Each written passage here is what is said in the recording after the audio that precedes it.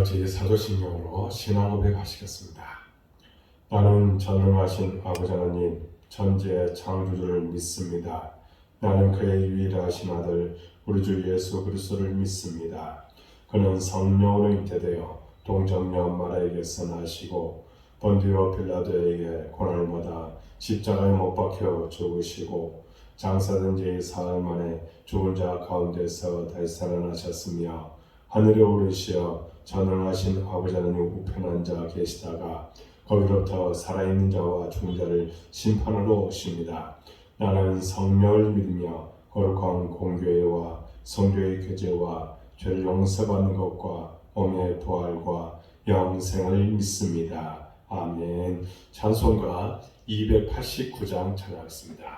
그리고 오늘 우리에게 주신 하나님의 말씀은 출애굽기 23장 1절부터 19절 말씀입니다. 함께 봉독하겠습니다. 너는 거짓된 풍설을 퍼뜨리지 말며 악인과 연합하여 위증하는 증인이 되지 말며 다수를 따라 악을 행하지 말며 송사의 다수를 따라 부당한 증언을 하지 말며 가난한 자의 송사라고 해서 편벽되이 두둔하지 말지니라. 내가 만일 내 원수의 길 잃은 소나 나귀를 보거든 반드시 그 사람에게로 돌릴지며 내가 만일 너를 미워하는 자의 나귀가 짐을 싣고 엎드러짐을 보거든 그것을 버려두지 말고 그것을 도와 그 짐을 불릴지니라. 너는 가난한 자의 송사라고 정의를 굳게 하지 말며 거짓 일을 멀리하며 무지한 자와 의로운 자를 죽이지 말라.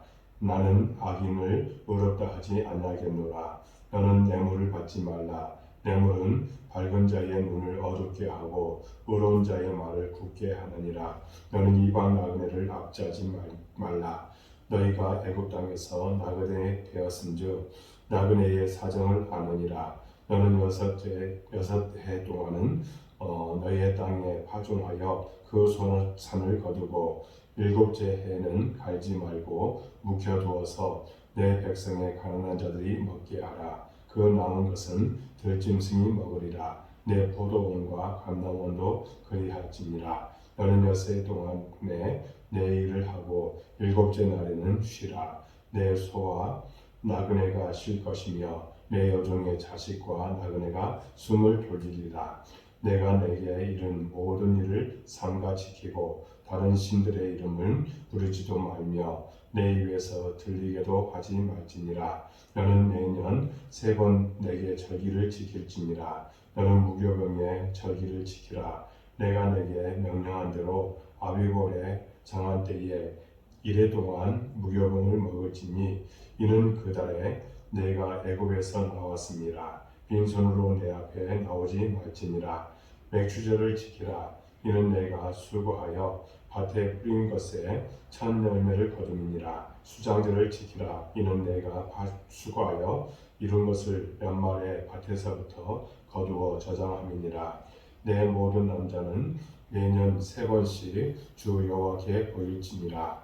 너는 내 제물의 피를 유교병과 함께 드리지 말며 내 절기 제물의 기름을 아침까지 남겨두지 말지니라. 내 토지에서 처음 거둔 열매의 가장 좋은 것을 가져다가 너의 하나님 여호와의 전에 드릴지니라. 너는 염소 새끼를 그 어미의 젖으로 삼지 말지니라. 아멘.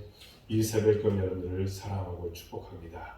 새벽에 하나님께서 도우신다고 했습니다. 그 도움이 여러분들 삶 가운데 나타나시기 바랍니다. 기도하십시오. 기적이 반드시 나타날 줄로 믿습니다. 계속해서 우리는 하나님이 시내 산에서 이스라엘 백성들에게 십계명과 더불어 이제 언약 법전을 주신 말씀을 보고 있습니다. 오늘 본문은 크게 4가지 법을 말씀합니다. 먼저 재판에 관한 법입니다. 본문 1절에서 9절에 해당하는 내용입니다.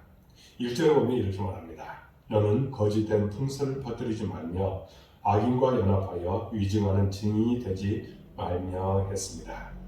이 부분은 10계명 중 9번째 계명인 내 이웃에 대하여 거짓 증거하지 말라는 계명에 대한 구체적인 적용이라고 할 수 있습니다. 과학적 수사나 증거를 할 수 없었던 고대 당시에 증언은 재판에 결정적인 역할을 했습니다. 그래서 잘못된 증언 하나가 사람을 죽이기도 하는 일이 벌어졌던 것입니다. 실제로 거짓 증인이라는 히브리어의 문자적인 뜻은 폭력적 증언으로 이야기합니다. 폭력적 증언, 즉 거짓 증언은 곧 피해자에게 폭력을 가하는 일이라는 것입니다. 따라서 우리는 절대로 악의적인 거짓 증언을 해서는 안 되는 것입니다. 그런데 이는 재판정에서의 직접적인 거짓 증언뿐만 아니라 우리 일상에서도 너무 만연해 있는 잘못이라는 겁니다.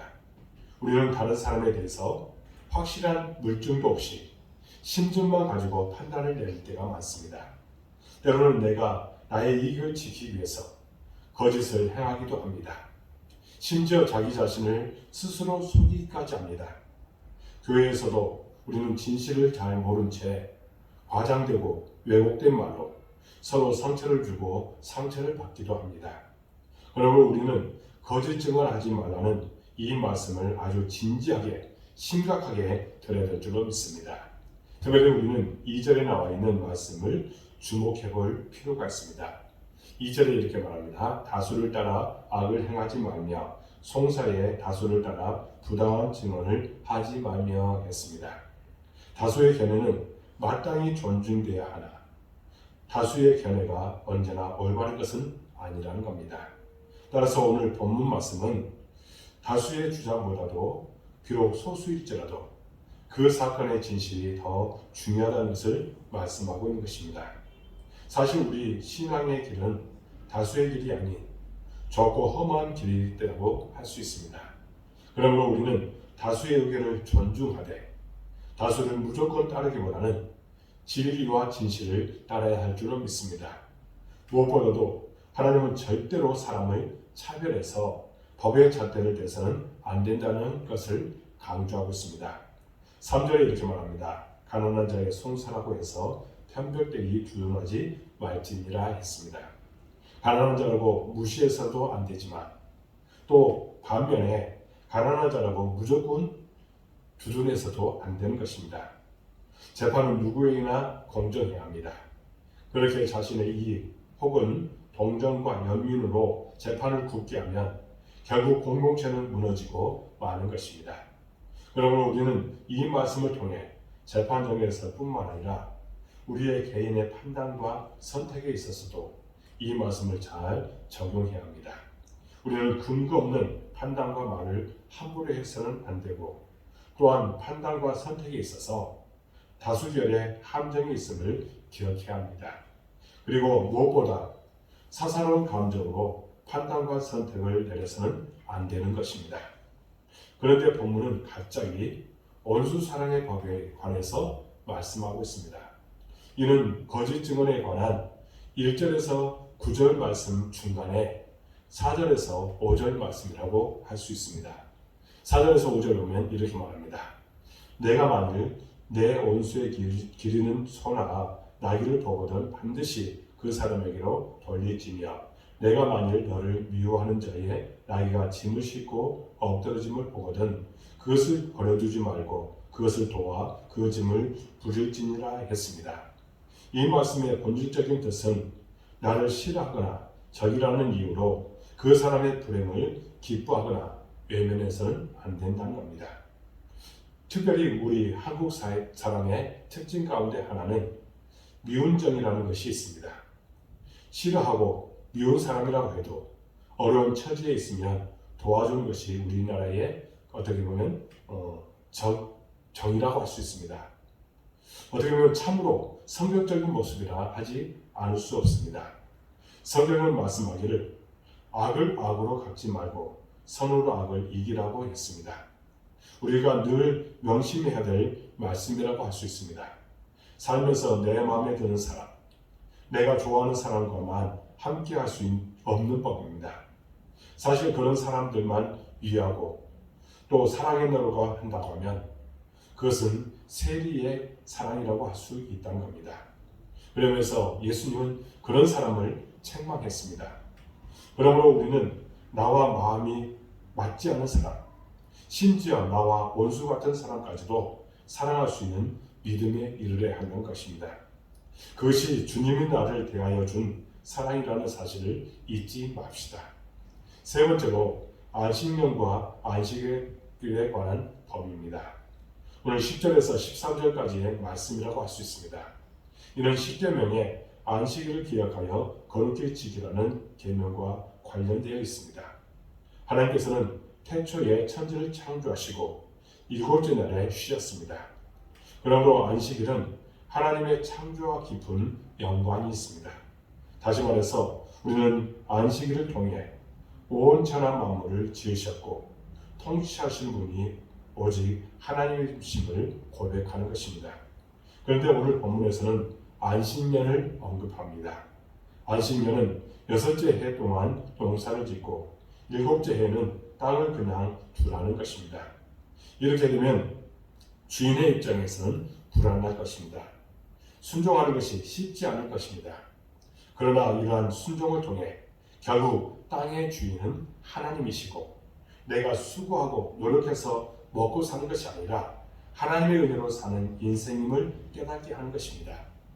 그러면 이 땅을 나만을 위한 이기적인 목적으로만 사용하지 않게 되고 7째 해에 이제 가난한 백성들과 덜짐승이 이 땅에서 나는 것을 마음껏 먹게 놔두게 되는 것입니다. 우리는 이 점을 정말 중요하게 기억해야 합니다. 하나님은 이런 삶을 기뻐하신다는 겁니다. 우리에겐 땅이 아니더라도 하나님이 맡겨주신 재물과 재능이 있습니다. 이것을 통해 내 배만 채우려고 해서는 안 된다는 겁니다. 그런 이기적인 삶을 살지 말고 적극적으로 이웃을 섬기는 삶을 살라는 겁니다. 그것이야말로 하나님을 창조주요 통치자로 고백하며 살아가는 복된 삶이라고 이야기할 수 있습니다. 그리고 이어서 본문은 이스라엘의 3대 절기에 관해서 말씀합니다. 본문 14절에서 19절에 나와 있는 내용이라고 할 수 있습니다. 먼저 15절에 무교절입니다. 무교절은 겨울에 심은 보리를 맨 처음 수확하게 되는 달이라고 할 수 있습니다. 이때는 신년의 첫 수확을 기뻐하면서 수확의 기쁨을 얻게 된 게 전적으로 하나님의 은혜임을 감사하는 절기입니다. 이 기간 동안에는 7일 동안 무교병, 즉 누룩을 넣지 않은 빵을 먹어야 했습니다. 이 절기는 특히 이스라엘 백성들의 출애굽 사건과 관계가 있습니다. 하나님께서는 애굽 땅에 마지막 재앙을 선포하시면서 백성들에게 누룩을 제하고 무교병을 먹으라고 하셨습니다. 따라서 무교절은 단지 그 의식을 지키는 것으로 끝나는 것이 아니라 그 속에 하나님께서 그들의 생명을 애굽 땅에서 구원해 주신 은혜에 감사하는 마음이 녹아 있는 것입니다. 두 번째로 지키라고 하신 것이 바로 맥주절입니다. 16절에 맥주절을 지키라. 이는 내가 수고하여 밭에 뿌린 것에 첫 열매를 거두느니라. 수장절을 지키라. 이는 내가 수고하여 이룬 것을 연말의 밭에서부터 거두어 저장하느니라 했습니다. 먼저 맥주절은 첫 번째 절기인 무교절을 지키기 위해 익은 보리나 밀 같은 곡식을 수확한 것에 대한 감사를 드리는 것입니다. 처음 무교절은 보리 수확과 관련이 있다면 맥주절은 밭곡식의 수확을 기념하는 절기라고 할 수 있습니다. 이것도 하나님의 은혜로 밀과 같은 곡식을 추수하게 되었음을 감사하는 그런 고백을 담고 있습니다. 바로 이 맥주절이 신약시대에 오면 오순절과 같은 날이 된 것입니다. 세 번째 절기로는 16절 하반절에 나오는 수장절이 나옵니다. 이때는 포도와 올리브를 수확하는 시기로 과일을 수확하는 기간이라고 할 수 있습니다. 맥주절이 밭곡식의 추수를 기념하는 절기라고 한다면 수장절은 밭의 과일의 추수를 지키는 절기라고 할 수 있습니다. 이 시기는 모든 추수가 끝나는 가을의 큰 기쁨을 지키는 절기로서 이때는 초막을 짓고 생활하면서 출애굽 이후 이스라엘이 40년간 광야에서 생활했던 것을 기억해야 했기 때문에 초막절이라고도 불렀다고 이야기할 수 있습니다.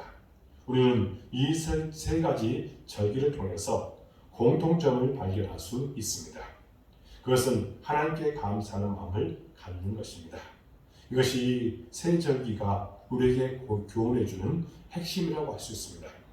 그래서 하나님이야말로 우리의 감사를 받으시기에 합당한 분임을 고백하는 것입니다. 여러분, 오늘 주신 말씀을 기억하며 구원받은 하나님의 백성으로서 이웃에 대한 거짓 증언을 하지 않으며 원수까지도 사랑하며 안식일을 기억하여 거룩히 지킴으로써 하나님이 내 인생의 주인됨을 온전히 고백하고 하나님의 은혜에 늘 감사가 넘치는 여러분들의 모든 모습이 되어질 줄로 믿습니다.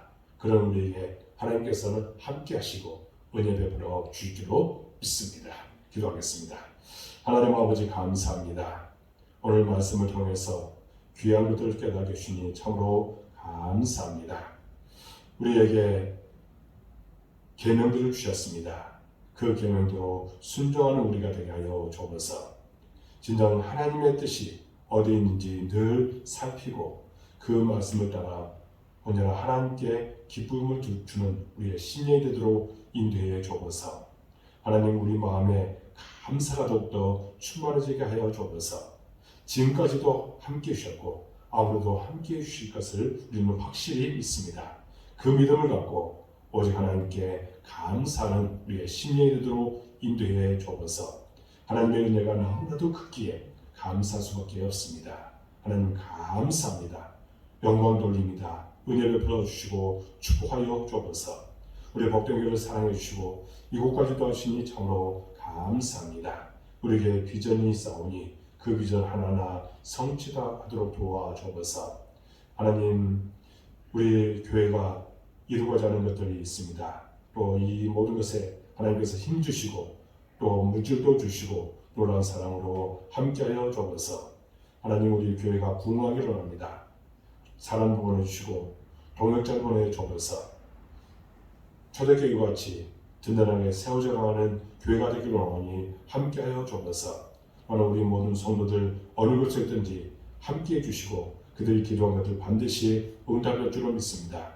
믿음의 믿음을 더입혀 주시고 그들 마음속에 늘 기쁨이 충만하도록 인도해 주옵소서. 하나님께서 날마다 도우셨다는 고백이 그 입술을 통해서 나타나게 해주시고 마귀 사탄 일절 틈타지 않도록 도와주옵소서. 믿음으로 날마다 승리하며 신앙의 성숙함을 이루도록 이끄시고 축복하여 주옵소서. 사업대에 직장에 가정에 하나님의 은혜와 축복이 함께 해주셔서 날마다 행복의 정상에서 살아가도록 인도해 주옵소서. 많은 사람들에게 그리스도의 향기를 나타낼 수 있도록 이끌어 주옵소서. 우리 자녀들 땅에서 잘 되기를 원합니다. 우리 자녀들이 이 땅에서 정말 기도한 것들 응답되게 해주시고 그 비전 반드시 이루어지는 축복도록 하여 주옵소서. 날마다 하나님 안에서 복되게 살아가는 우리 성도들 되도록 인도해 주시고 또 우리 자녀들 되도록 인도해 주옵소서. 하나님, 온라인도 이 새벽에 오는 우리 모든 성도들 기억하여 주옵소서. 은혜 베풀어 주옵소서. 그들이 기도한 것들 반드시 응답되게 하여 주옵소서. 세상 사람들과 더불어 살아가고 있습니다. 그리스도의 향기를 나타내고 소금과 배태를 잘 감당케 하여 주옵소서. 여러 가지 계획하는 것들도 있고 또 추진하는 것들이 있습니다. 하나하나 이루어지는 놀라운 역사도록 함께하여 주옵소서.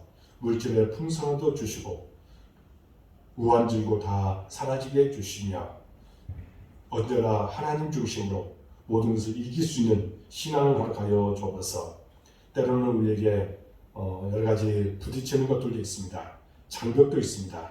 그것들 다 제거해 줄 줄로 믿습니다. 이 코로나 시대에 정말 하나님께서 날마다 지켜주시고 하나님의 은혜가 넘치는 삶을 살도록 도와주시며 이 때일수록 더욱더 하나님 중심으로 살아갈 뿐만 아니라 하나님의 은혜가 더욱더 풍성하게 임하는 귀한 은혜가 있가요 주옵소서. 하나님, 주의 종이 중보하며 기도합니다. 흔들어 넘치도록 채워주시고 기적의 역사가 반드시 나타날 줄로 믿습니다. 모든 것을 주님께 의탁하고 예수 그리스도의 이름으로 간절히 기도하옵나이다. 아멘. 하늘에 계신 우리 아버지의 이름을 거룩하게 하시며 아버지 나라가 오게 하시며 아버지의 뜻이 하늘에서와 같이 땅에서도 이루어지게 하소서. 오늘 우리에게 용한 실 주시고 우리가 우리에게 잘못한 사람을 용서해 준 것 같이 우리를 용서하여 주시고 우리를 시험에 빠지지 않게 하시고 악에서 구하소서. 나라와 권능과 영광이 영원히 아버지의 것입니다. 아멘. 이 새벽교회 여러분들을 사랑하고 축복합니다. 한 10분 정도 간절하게 기도하고 마치시기 바랍니다. 여러분의 모든 기도가 응답될 줄로 믿습니다. 감사합니다.